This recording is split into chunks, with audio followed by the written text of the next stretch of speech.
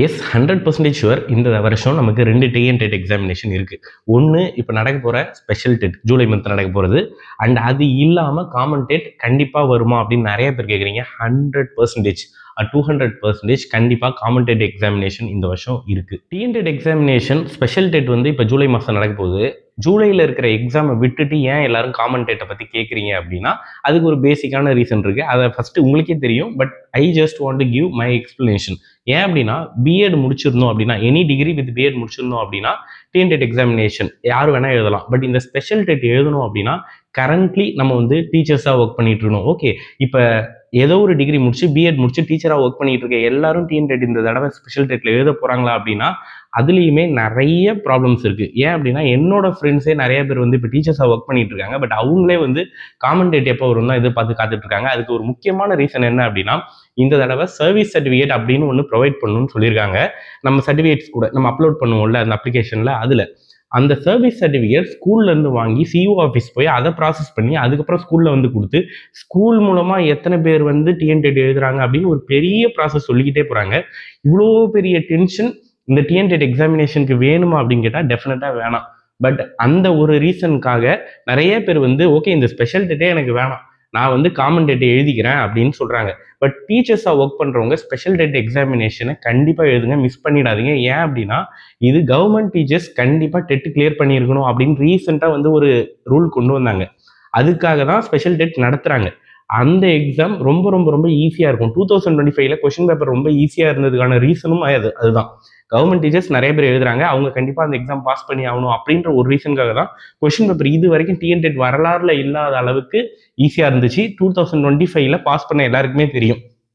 So அதே மாதிரி தான் இந்த ஸ்பெஷல் டெட் எக்ஸாமினேஷன் இப்போ வரப்போகிற எக்ஸாம் ரொம்ப ரொம்ப ரொம்ப ஈஸியாக இருக்கும். ஸோ அந்த ஆப்பர்ச்சுனிட்டியை மிஸ் பண்ணிடாமல் டீச்சர்ஸாக ஒர்க் பண்ணிட்டு இருக்கீங்க அப்படின்னா ப்ளீஸ் அந்த எக்ஸாம் எழுதுங்க, கண்டிப்பாக ஈஸியாக பாஸ் ஆகிடலாம். ஓகே, நெக்ஸ்ட் காமன் டெட் எக்ஸாமினேஷனை பற்றி பேசிடலாம். காமன் டெட் இந்த வருஷம் வருமானு கேட்டால் கண்டிப்பாக வரும். ஏன் அப்படின்னா நமக்கு ஆனுவல் பிளானரில் 2 times இந்த தடவை டிஎன்டெட் கண்டக்ட் பண்ண போகிறோம் அப்படின்னு சொல்லியிருக்காங்க. இப்போ 2 தடவை ஒரு எக்ஸாம் வருமா ப்ரோ வருஷத்துலன்னு கேட்டால் ஆக்சுவலாக 2 தடவை வரணும் ப்ரோ. பட் வர்றது கிடையாது. 2 வருஷத்துக்கு ஒரு தடவை 3 வருஷத்துக்கு ஒரு தடவை வந்துட்டு இருக்கு. பட் ஆக்சுவலாக டெட் எக்ஸாமினேஷன் வந்து வருஷத்துக்கு 2 தடவை நடக்கணும். சிடெட் சென்ட்ரலில் நடத்துகிற டெட் எக்ஸாம் வந்து 6 மாதத்துக்கு ஒரு தடவை நடந்துக்கிட்டு தான் இருக்குது வருஷம். அதையுமே நீங்கள் பிஎட் முடிச்சிருந்தீங்க அப்படின்னா எழுதி பாஸ் பண்ணி வச்சுக்கிட்டீங்க அப்படின்னா it will be very much helpful for you. ஒரு சிபிஎஸ்சி ஸ்கூல் போகிறீங்க, சிடெட் முடிச்சிருக்கீங்க அப்படின்னா அவ்வளோ வேல்யூ பண்ணுவாங்க. ஸோ அதையுமே சைட் பை சைட் முடிச்சு வச்சுக்கோங்க. இந்த தடவையுமே நமக்கு வந்து வரும் ஜூலை ஆர் ஆகஸ்ட் மந்த்தில் அந்த எக்ஸாமினேஷன் வரும். ஸோ அந்த எக்ஸாமுமே நீங்கள் எழுதலாம். ஓகே, இப்போ TNTET common exam and special TET இதுக்கு சிலபஸ் மாறுமா அப்படின்னு கேட்டால் கிடையாது. டிஎன்டெட் நார்மல் காமன் டெட்டுக்குமே சேம் சிலபஸ், ஸ்பெஷல் டெட்டுக்குமே சேம் சிலபஸ் தான். என்னென்னலாம் படிக்க போகிறோம் அப்படின்றத நான் ப்ரீவியஸ் வீடியோஸில் ரொம்ப ரொம்ப ரொம்ப கிளியராக சொல்லிட்டேன். சோஷியல் சயின்ஸ் மேஜராக இருந்தால் Tamil, English, social science and psychology.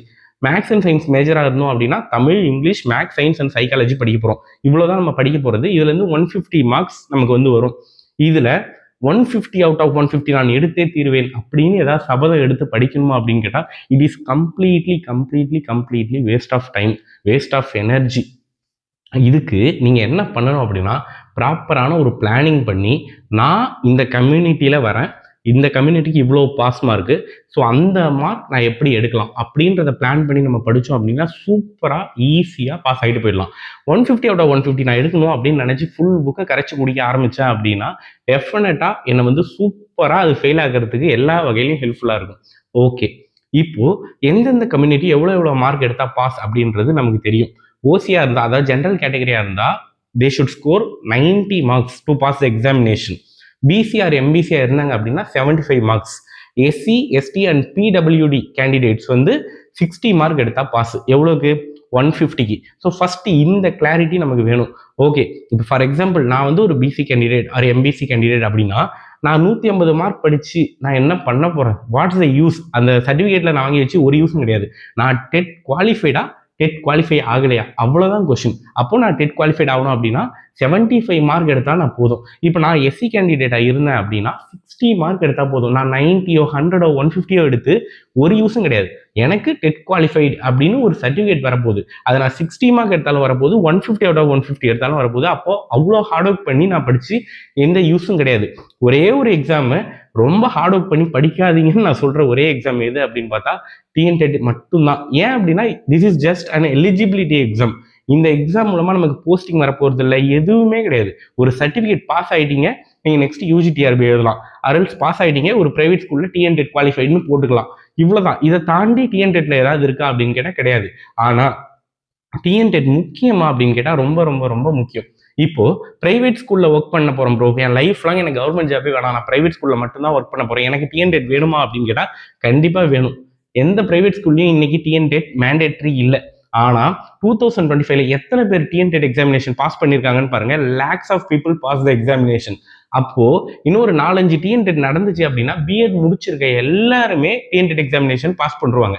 Maximum number of people pass பண்ண போறாங்க. அப்போ நம்ம பாஸ் பண்ணாம இருந்தோம் அப்படின்னா இன்னும் 2-3 வருஷத்துல பிரைவேட் ஸ்கூல்ஸ்ல BEd mandatory, UG mandatory, PG மேண்டேட்ரின்னு போடுற மாதிரி டிஎன்டெட் மேண்டேட்ரி அப்படின்னு போட எவ்வளவு நாள் ஆகும்? அப்போ பிரைவேட்ல நம்ம ஒர்க் பண்ணணும்னாலுமே இன்னும் ஒரு 2-3 இயர்ஸ்க்கு அப்புறம் டிஎன்டெட் எக்ஸாமினேஷன் பாஸ் பண்ணியிருக்கணும். பேப்பர் 1, அதாவது 5வது வரைக்கும் பாடம் எடுக்கணும்னா பேப்பர் 1, அதுக்கப்புறம் பாடம் எடுக்கணும்னா பேப்பர் 2 பாஸ் பண்ணி தான் இருக்கணும் அப்படின்னு ஒரு ரூல் கொண்டு வந்தாலும் ஆச்சரியப்பட ஒண்ணுமே கிடையாது.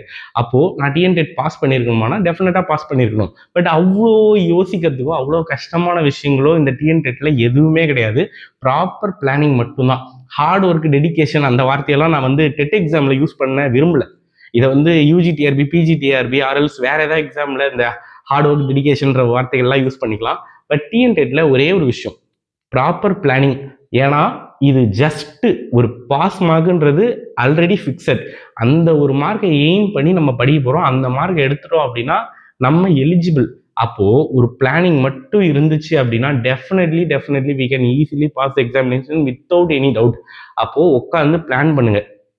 இன்னும் எவ்வளவு நாள் எக்ஸாமுக்கு இருக்கு? காமன் டெட்டுக்கு இன்னும் நோட்டிஃபிகேஷனே வரல. ஸ்பெஷல் டெட்டுக்கு நோட்டிஃபிகேஷன் வந்துருச்சு. ஏப்ரல் 10ஆம் தேதி வந்து லாஸ்ட் டேட் அப்ளை பண்றதுக்கு. யாராவது பண்ணாம இருந்தீங்க அப்படின்னா ப்ளீஸ் டூ அப்ளை. ஏன்னா நல்ல டைம் இருக்கு. ஆனால் லாஸ்ட் நாள் வரைக்கும் கொண்டு போகாதீங்க, சர்வர் பிஸி ஆகிடும், அரல்ஸ் நிறைய ப்ராப்ளம்ஸ் வரும். ஸோ ஏப்ரல் 1ஆம் தேதிக்கு முன்னாடி அப்ளை பண்ற ப்ராசஸ் ஸ்பெஷல் டெட்டுக்கு முடிச்சிருங்க. காமன் டெட்டுக்கு இன்னும் நோட்டிஃபிகேஷனே வரல. ஸோ நீங்க உட்காந்து அழகாக உட்காந்து படிக்க ஸ்டார்ட் பண்ணுங்க. ஆல்ரெடி நான் சொல்லியிருப்பேன், எல்லாத்தையும் உட்காந்து படிச்சுட்டு இருக்க வேணாம், எதெல்லாம் படிச்சா தாராளமாக போதும் அப்படின்றத சூப்பராக நம்ம வீடியோஸ் மேக் பண்ணியிருப்போம். டிஎன்டெட்னு நான் ஒரு பிளேலிஸ்டே வச்சிருப்பேன். அதுல நிறைய வீடியோஸ் பண்ணிருப்போம். அதை போய் செக் பண்ணி பார்த்தீங்க அப்படின்னா you will get a very good clarity. So போய் அதை பாருங்க. ஓகேவா? உட்காந்து 5 சப்ஜெக்ட் இருக்குன்னா நான் உட்காந்து 5 சப்ஜெக்டையும் ஃபுல்லாக படிக்க போறேன், 4 சப்ஜெக்ட் இருக்குன்னா 4 சப்ஜெக்டையும் ஃபுல்லாக படிக்க போறேன், A to Z கவர் பண்ண போறேன், தேவையில்லை. சீரியஸா அது தேவையே இல்லை.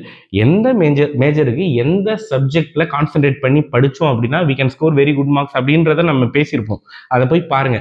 அண்ட் எல்லாத்துக்கும் உட்காந்து ஸ்கூல் புக்ஸை நான் ரெஃபர் பண்ணிக்கிட்டு இருப்பேன் அப்படின்னு இல்லாமல், ஃபார் எக்ஸாம்பிள் மேக்ஸுக்குலாம் ஸ்கூல் புக்ஸை உட்காந்து 6 to 10 நம்ம என்னையை பார்த்து முடிக்கிறது?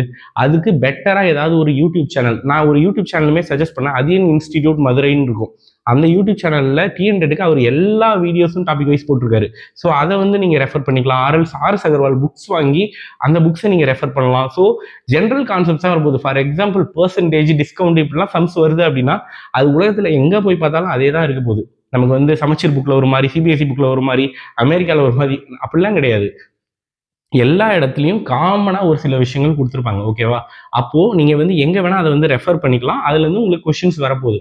அப்போ எல்லாத்தையும் நான் உட்காந்து புக்கில் படிப்பேன் அப்படின்ற மைண்ட் செட்டை மாற்றிட்டு ரெஃபரன்ஸ்க்கு புக்ஸ் வாங்கி வச்சுக்கோங்க. பட் எங்கெங்கெல்லாம் சோர்சஸ் கிடைக்குதோ அதெல்லாம் தேடி பிடிச்சி படிக்கிற மாதிரி பிளான் பண்ணிக்கோங்க.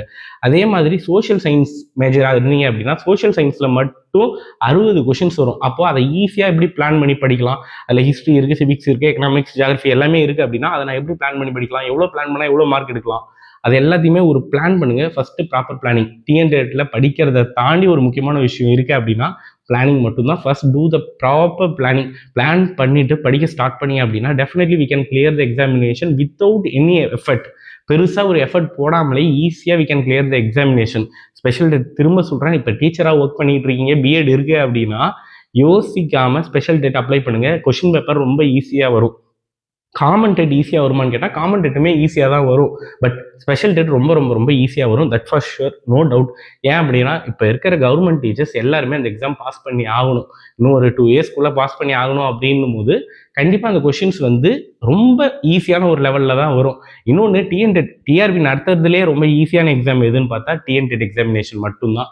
இதோட டஃப்னஸ் லெவல் அப்படின்னு வச்சா ஈஸி டு பிலோ மாடரேட் அப்படின்னு கொண்டு வந்துடலாம். பட் பிஜிடிஆர்பிலாம் டஃப்பாக இருக்கும் exam. UGTRB moderate to tough அந்த ரேஞ்சில் இருக்கும். But TNTET easy to below moderate, அவ்வளோதான்.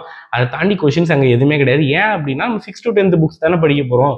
ஸோ அதில் டஃப்பாக என்னத்தை கேட்க முடியும்? அந்த புக்கை நீங்கள் தரவு பண்ணி முடிச்சிட்டிங்க அப்படின்னா முடிஞ்சு போச்சு. So please start study. இன்னையிலேருந்து படிக்க ஸ்டார்ட் பண்ணிவிடுங்க.